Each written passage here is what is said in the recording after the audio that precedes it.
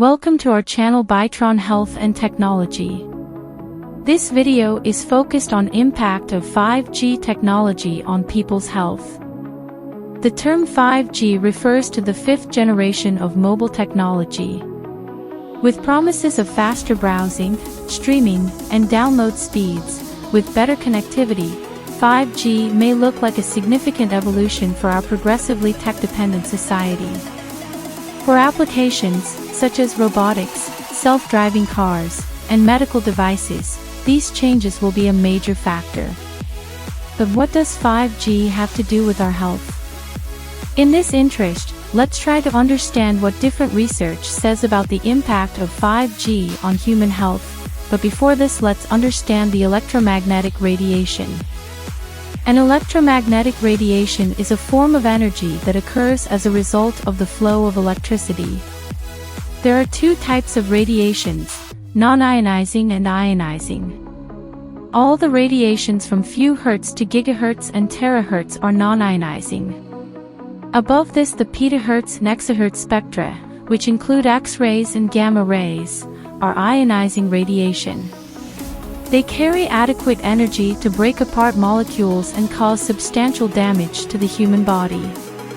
Generally, cell phones, tablets, cell phone base stations, and TV antennas are main source of radiation for people. But mobile devices emit low-level radiation. Whether this is a cause for concern is a matter of debate. Let's understand this. The effects of RF exposure on the cancer development was studied by 30 international scientists of the group of an International Agency for Research on Cancer, ERC, in 2011. The working group published a summary of their findings in The Lancet Oncology. The scientists investigated whether there is a link between cell phone use and glioma. Glioma is a cancer of the central nervous system. The team found that, based on studies of the highest quality, a causal interpretation between mobile phone RF EMF exposure and glioma is possible. Smaller studies supported a similar conclusion for acoustic neuroma, but the evidence was not convincing for other types of cancer. This evaluation was supported by a large majority of working group members. Despite the classification of RF EMFs as possibly carcinogenic to humans, other organizations have not come to the same conclusion. At present, the WHO state that, to date, no adverse health effects from low-level, long-term exposure to radiofrequency or power frequency fields have been confirmed, but scientists are actively continuing to research this area. In the US, the Federal Communications Commission state that, at relatively low levels of exposure to RF radiation the proof of harmful biological effects is not clear and proven.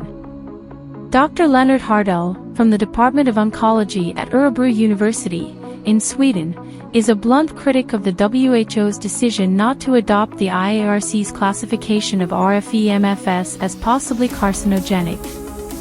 The Bioinitiative report states that bioeffects clearly established and occur at very low levels of exposure and radiofrequency radiation.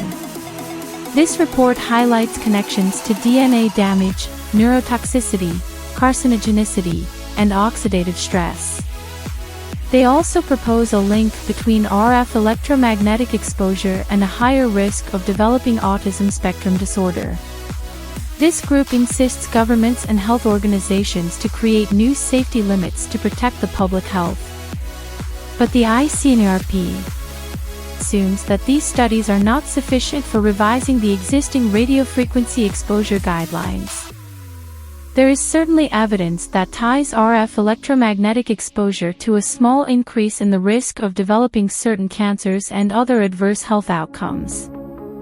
And, there is no escaping from the countless radio waves zipping through the air all around us, especially for those who live in densely populated areas. Long-term studies that investigate the effects of exposure to digital networks are ongoing. One of these is the Cosmos study, which started in 2007 with the aim of following at least 290,000 people across 6 European countries for 20 to 30 years to assess their cell phone usage and health outcomes. There is still a time to get more solid research results, but we can still take a good care of ourselves by optimizing our technological needs, by reducing time we spend on our cell phones, and by using speaker mode to create more distance between our devices and our heads. Thanks for watching. Please keep watching for more such videos.